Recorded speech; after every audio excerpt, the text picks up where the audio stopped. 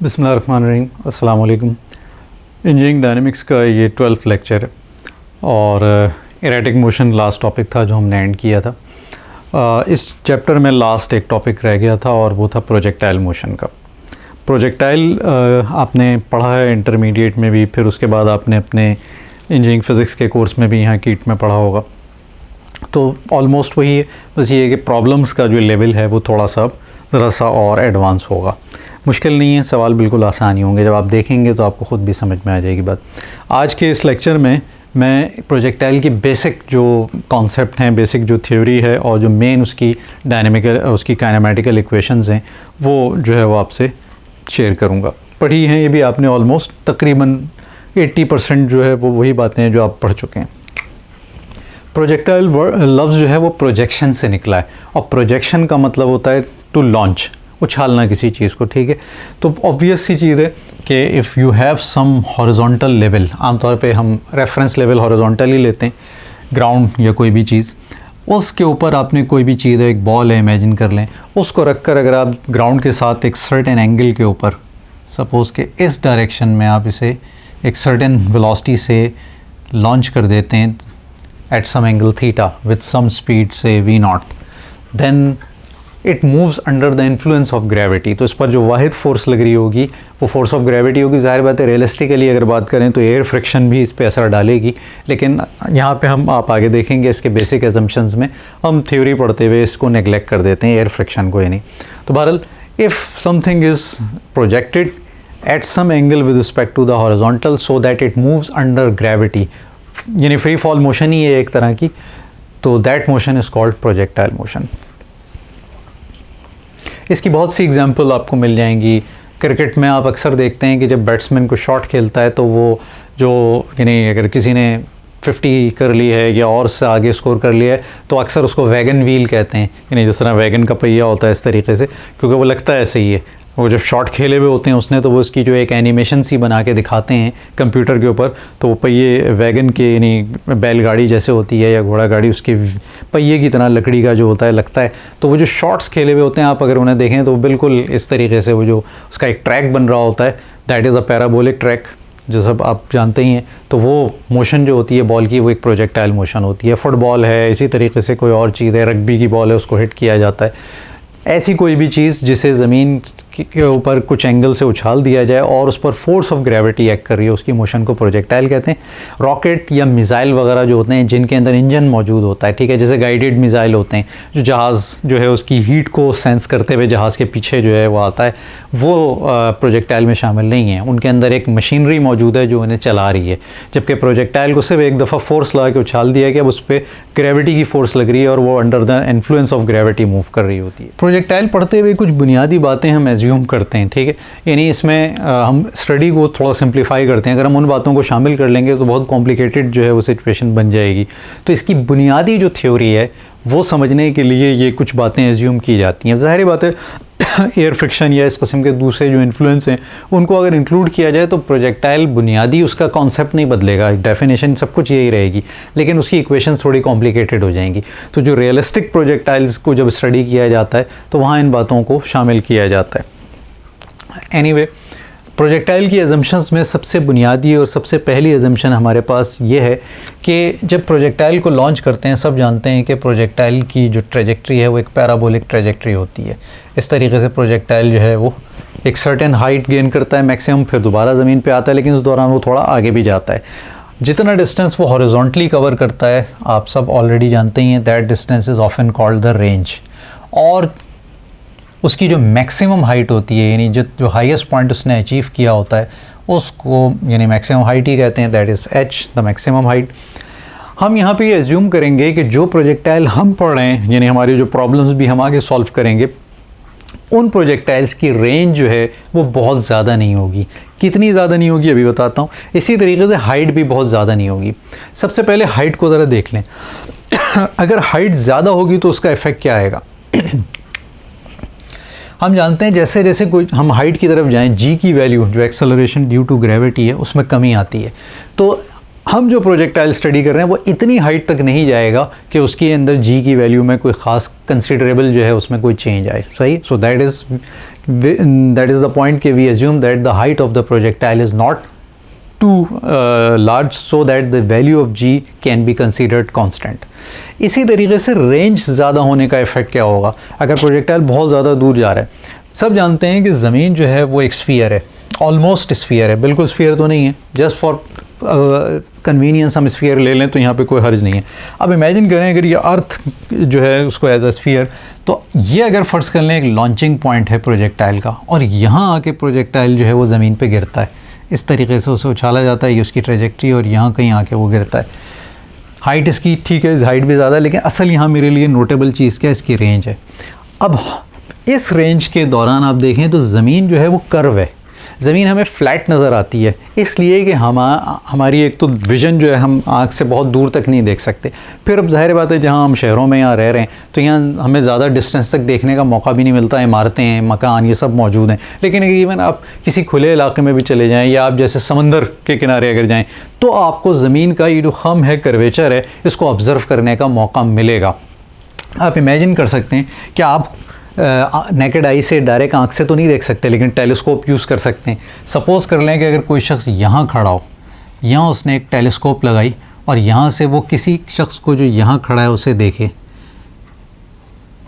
तो आप नोट करें कि उसके विज़न में जब ये शख्स नज़र आएगा तो इतनी जगह जो है ये ज़मीन का कर्वेचर जो है, ज़मीन इस तरीके से खम ले रही है तो उसकी टांगें इसे नज़र नहीं आएंगी, सही है। सो दैट इज़ एक बहुत ज़्यादा डिस्टेंस पर अगर कोई शख्स खड़ा हो तो वो आपको ऐसा लगेगा ज़मीन में थोड़ा सा दबा हुआ है, यानी उसके पाँव ज़मीन में धंसे हुए हैं, हालांकि ऐसा नहीं है, वो ज़मीन का कर्वेचर है।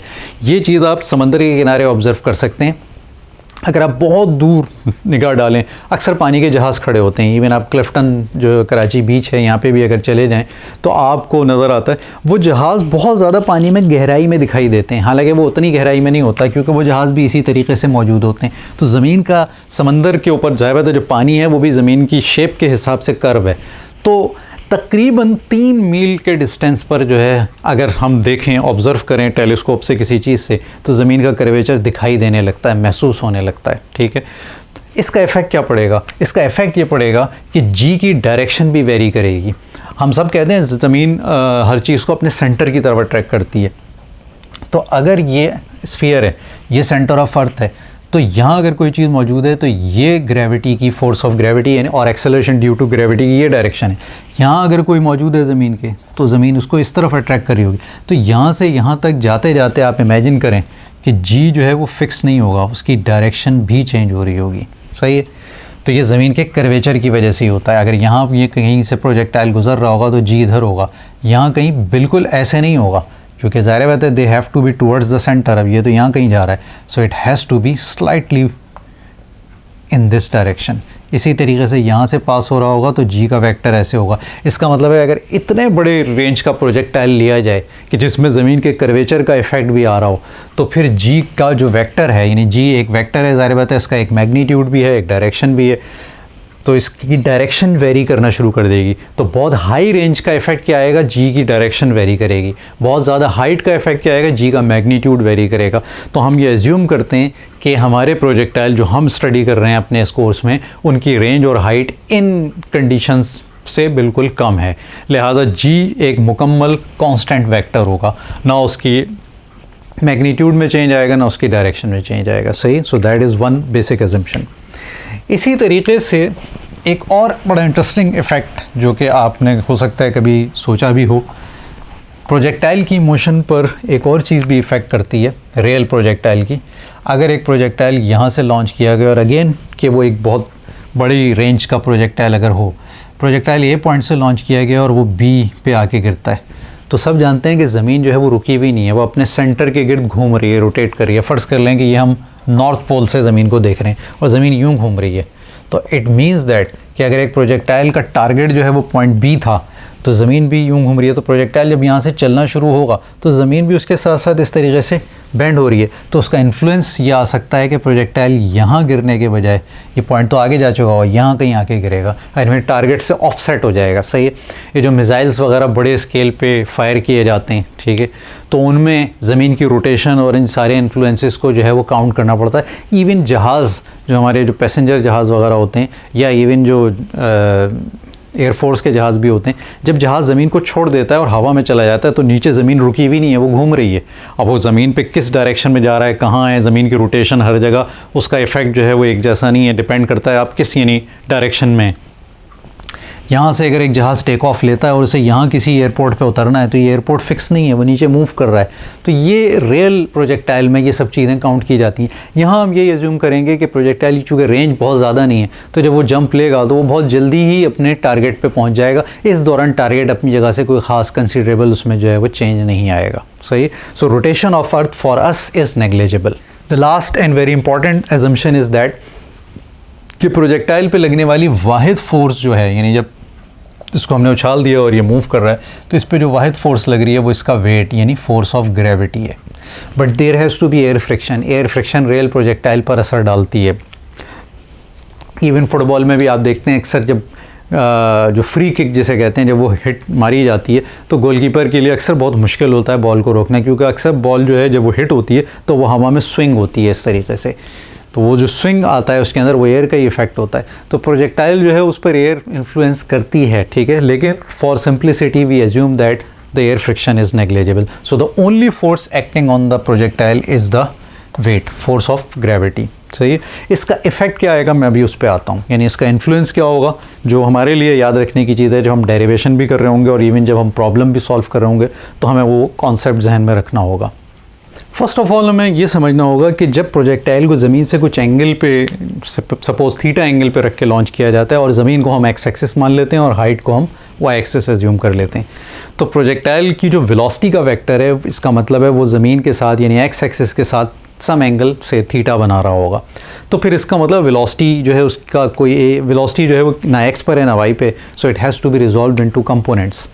लिहाजा इसे कंपोनेंट्स में हम रिजॉल्व कर लेते हैं, ठीक है। ये इसका ऑब्वियसली x कंपोनेंट बन जाएगा, दैट इज़ v नॉट है, so it is v not x and this is से v not y, and you can easily see that कि v नॉट x जो है वो v नॉट cos थीटा होगा और इसी तरीके से v नॉट y जो है वो v नॉट sin थीटा होगा। So these are the two components. जब फ्रिक्शन को हम नेगलेक्ट कर देते हैं, सही है, तो उसका इफ़ेक्ट क्या आता है, वेलोसिटी का x कंपोनेंट कांस्टेंट हो जाता है। कैसे? It can be easily seen. Suppose कि प्रोजेक्टाइल जो है वो लॉन्च हो गया और वो इस तरीके से मूव करता हुआ जा रहा है, यहाँ कहीं से वो पास हो रहा है इससे। अब इस लम्हे आप अगर इसकी टोटल वेलोसिटी देखें, velocity must be tangent to its trajectory, जो इसका पाथ या ट्रेजेक्ट्री है, वेलोसिटी का वेक्टर उस पर टेंजेंट होगा। It has to be named as v। v not इसकी इनिशियल वेलोसिटी है जो शुरू में थी।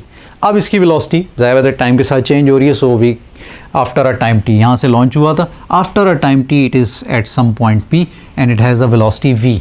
तो ये v velocity at time t है, यानी एक सेंस में हमारे लिए फाइनल वेलोसिटी है। फाइनल मीन्स कि हम सिर्फ यहाँ से यहाँ तक ऑब्जर्व करें, प्रोजेक्टाइल तो आगे भी जा रहा होगा। तो इस पॉइंट पर अगर इसे रिजॉल्व करें कंपोनेंट्स में, so that is the x component, so it has to be named as vx, और ये y कंपोनेंट होगा vy। ये दो कंपोनेंट हैं। इस पे फोर्स कौन सी लग रही है इस पे जो वाहिद फोर्स लग रही है वो फोर्स ऑफ ग्रेविटी है, दैट इज mg। ये फोर्स ऑफ ग्रेविटी नोट करें तो 90 का एंगल बना रही है वेलोसिटी के x कंपोनेंट के साथ और 180 डिग्री का एंगल बना रही है with respect to y component. ये एक बुनियादी उसूल है कि जब कोई फोर्स किसी वेलोसिटी के साथ, यानी पार्टिकल की वेलोसिटी के दो पार्ट हैं x और y, ये x के साथ 90 का एंगल बना रहा है, तो एक जनरल रूल है कि जब कोई फोर्स वेलोसिटी के साथ 90 का एंगल बनाए तो वो उसके मैग्नीट्यूड पर कोई असर नहीं डालती, ठीक है। इसकी और भी एग्जांपल हो सकती हैं, like centripetal force. Centripetal force के केस में जब पार्टिकल सर्किल में मूव कर रहा होता है तो वो किसी भी पॉइंट से जब पास होता है तो वेलोसिटी टेंजेंट होती है और force exactly towards the centre होती है, that is why it is called centripetal. 90 का एंगल होता है, वेलोसिटी का मैग्नीट्यूड चेंज नहीं होता, वेलोसिटी की सिर्फ डायरेक्शन चेंज हो रही होती है, मगर वो भी इसलिए कि फोर्स की अपनी डायरेक्शन चेंज होती है। यहाँ से घूमता हुआ जब ये यहाँ पहुँचेगा तो अब सेंट्रीपिटल फोर्स डाउनवर्ड होगी, वेलोसिटी इधर होगी। एक सेंस में इस वक्त नोट करें पार्टिकल जा किधर रहा है, से in the direction of north, north south east west, north की तरफ, और फोर्स किधर लग रही है, वेस्ट की तरफ, यानी फोर्स उसे वेस्ट की तरफ ले जाना चाह रही है। वो जाएगा मगर फ़ौरन नहीं, because of inertia it will resist, थोड़ा सा रेजिस्ट करेगा। तो अब आप नोट करें जब ये यहाँ पहुँचा तो अब ये वहाँ जा रहा है जहाँ फोर्स इसे ले जाना चाह रही थी, लेकिन अब फोर्स का अपना जो इरादा है, या यूँ कह लें कि उसका अपना, उसकी अपनी डायरेक्शन है वो बदल गई। अब वो उसे साउथ ले जाना चाह रही है, साउथ जाएगा but it will take some time, और वो इस दौरान यहाँ पहुँचेगा। Now it is going south, लेकिन वो साउथ जा रहा है तो फोर्स उसे ले जाना चाह रही है ईस्ट, ये पहुंच गया यहाँ से घूम के, अब वो ईस्ट जा रहा है। तो कंटिन्यूसली फोर्स की अपनी डायरेक्शन भी चेंज हो रही है। लेकिन यहाँ पे mg जो है, अभी मैंने सब डिटेल बताई, ये फिक्स है, it is always vertically down. तो इसका हमेशा एंगल x कंपोनेंट से 90 रहेगा और इसकी अपनी डायरेक्शन चेंज नहीं हो रही, तो ये इसके मैग्नीट्यूड को तो चेंज कर नहीं सकता, डायरेक्शन को भी चेंज नहीं करेगा। x component remains fix. y component के ये अपोजिट है, so that is why it reduces y component, retardation का काम करेगा। और सब जानते हैं कि जैसे जैसे प्रोजेक्टाइल अपनी हाइट की तरफ जा रहा होता है उसकी वेलोसिटी का y कंपोनेंट कम होता जाता है, और हाईएस्ट पॉइंट पर y कंपोनेंट क्या हो जाता है, it goes to zero. That is why it is the highest component, इसलिए कि y वेलोसिटी का जो y कंपोनेंट है इसकी ज़िम्मेदारी है इसे ऊपर ले जाना, और वेलोसिटी के x कंपोनेंट की ज़िम्मेदारी है इसे फॉरवर्ड डायरेक्शन में या हॉरिजॉन्टल ले जाना। जिस पॉइंट पे y कंपोनेंट ज़ीरो हो गया, इसका मतलब इसके ऊपर जाने का अमल रुक गया, लेकिन force of gravity still act कर रही है। अब इसके बाद वेलोसिटी जब ज़ीरो हो गई तो वो उसे क्या करेगा, नीचे की तरफ लाना शुरू कर देगा। नाउ वेलोसिटी का y कंपोनेंट और फोर्स ऑफ ग्रेविटी दोनों डाउनवर्ड हैं, यानी वो तो थी डाउनवर्ड फोर्स, वेलोसिटी भी डाउन, तो that is Y now the y component start increasing. अब वो इंक्रीज़ होना शुरू हो जाएगा y कंपोनेंट, ठीक है। x कंपोनेंट कांस्टेंट रहेगा, y कंपोनेंट जब तक प्रोजेक्टाइल राइज कर रहा है वो कम होता जाएगा, हाईएस्ट पॉइंट पे ज़ीरो होगा, और उसके बाद जब वो नीचे की तरफ आना शुरू होगा तो y कंपोनेंट दोबारा इंक्रीज़ होना शुरू हो जाएगा। और यकीनन प्रोजेक्टाइल में चूँकि एयर फ्रिक्शन वगैरह यहाँ नहीं है तो इसकी मोशन सिमेट्रिकल होती है। सिमेट्रिकल इन द सेंस कि अगर ये सेम हाइट के दो पॉइंट हैं, प्रोजेक्टाइल सपोज़ लेफ़्ट से राइट की तरफ गया था, तो इन दोनों पॉइंट में डिफरेंस सिर्फ किस बात का है, ये जाते वक्त है, ये वापसी में है, यानी ये राइजिंग स्टेट में है, ये डिक्लाइनिंग या डिसेंडिंग स्टेट के अंदर है। तो इस वक्त जो वेलोसिटी का y कंपोनेंट होगा वो अपवर्ड होगा, इस वक्त डाउनवर्ड होगा, but they must have the same magnitude, magnitude same है। इससे थोड़े से पिछले कंपोनेंट पे लें तो ज़ाहिर बात है y कंपोनेंट ज़्यादा है, क्योंकि अभी उतना राइज नहीं हुआ। बिल्कुल इसी लेवल पर अगर आप ये पॉइंट लें तो ये मैग्नीट्यूड में उतना ही होगा, लेकिन डाउनवर्ड होगा।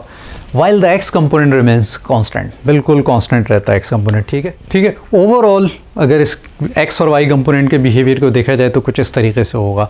When the particle starts there is a large x component, there is a large y component.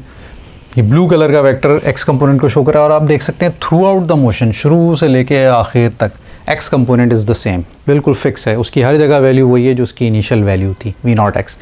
y component start with a large value and gradually it reduces, कम होता जा रहा है, हाईएस्ट पॉइंट पर y कंपोनेंट ज़ीरो होगा, और उसके बाद फिर दोबारा वो इंक्रीज़ होना शुरू हो जाएगा। अब ये जो पॉइंट हैं अगर ये सेम हाइट पर हैं, इनकी ज़मीन से हाइट सेम है, तो इन दोनों पे y कंपोनेंट का मैग्नीट्यूड सेम है लेकिन डायरेक्शन अपोजिट है, because now it is going down.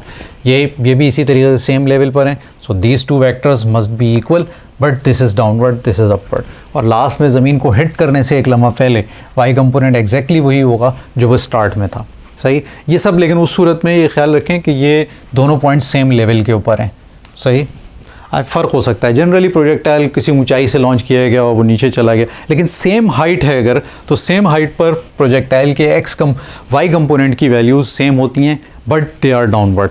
Rising state वाली रेंज अगर पॉइंट है, ये है, जैसे ये राइजिंग है, ये डिसेंडिंग है, ये दोनों का लेवल सेम है, लेकिन ज़ाहिर बात है वो डिसेंडिंग स्टेट है तो वहाँ डाउनवर्ड होगी velocity. So that is how overall these two components behave.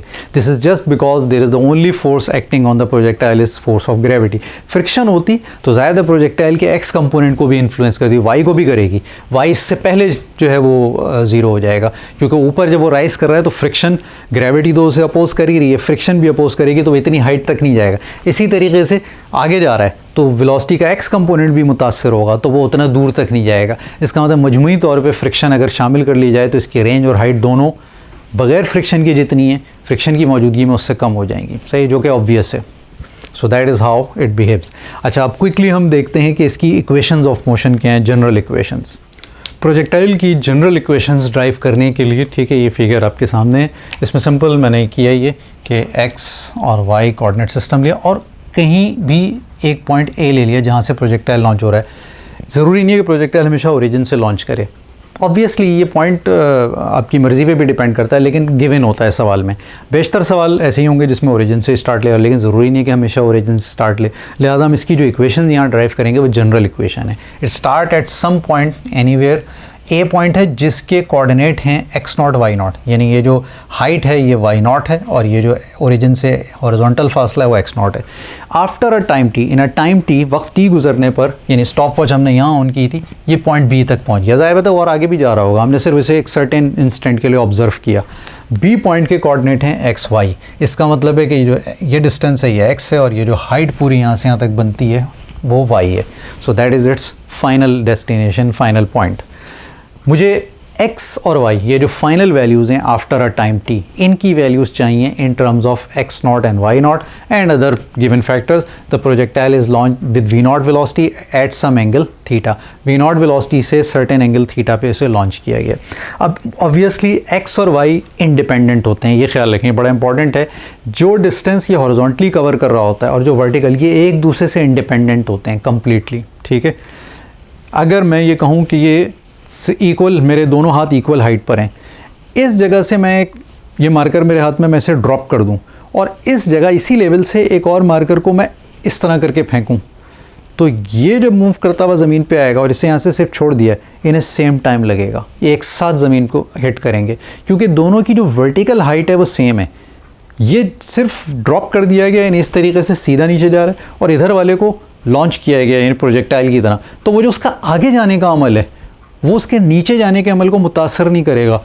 नीचे दोनों G से 9.8 से जा रहे हैं, सेम हाइट से गिराए गए, दोनों की इनिशियल वर्टिकल वेलोसिटी ज़ीरो थी, यानी टॉप पॉइंट पे जब इन्हें लॉन्च किया जा रहा था तो इसके भी हॉरिजॉन्टल लॉन्च किया गया था, इसकी वेलोसिटी का कोई वर्टिकल पार्ट नहीं था, इसका भी कोई वर्टिकल नहीं था। So they will strike the ground in simultaneously, बिल्कुल एक साथ। एक्स मोशन वाई पे कोई असर नहीं डालती, the two motions x and y are independent of each other. Horizontal part को हम पहले देख लेते हैं, ठीक है। हॉरिजॉन्टली इसकी डिस्प्लेसमेंट क्या होगी, ओरिजिन से एक्स नॉट तो ये था ही, अब कहाँ पहुँच गया एक्स पे, तो डिस्प्लेसमेंट क्या होगी, x minus x not. So first of all we observe that the horizontal distance it has covered और the horizontal displacement is x minus x not with what component of velocity x, इसलिए कि ज़ाहिर है इसे forward ले जाने का काम इसके एक्स कंपोनेंट का है और हम जानते हैं एक्स कंपोनेंट शुरू से आखिर तक कांस्टेंट रहता है। So our velocity is simply v, not initial, not final, it is just v which is v not x, the x component which is v not cos theta. After a time t ये कहाँ पहुँचा, so I need s, I know v, then the basic equation जो बुनियादी equation है जिससे सब वाकिफ़ हैं, s is equal to v t. ये कब यूज़ होती है, when there is no acceleration, the velocity is uniform, x direction में कोई एक्सेलरेशन नहीं है। तो ये हो गया x minus x not, s की जगह, v की जगह v नॉट डायरेक्ट लिख देता हूँ, v not cos theta and t। So x comes out x not plus v not cos theta t। x not तो वो ओरिजिन से दूर था ही, plus in a time t इतना एक्स्ट्रा डिस्टेंस ने और कवर कर लिया, सही है। So that is the displacement along x axis.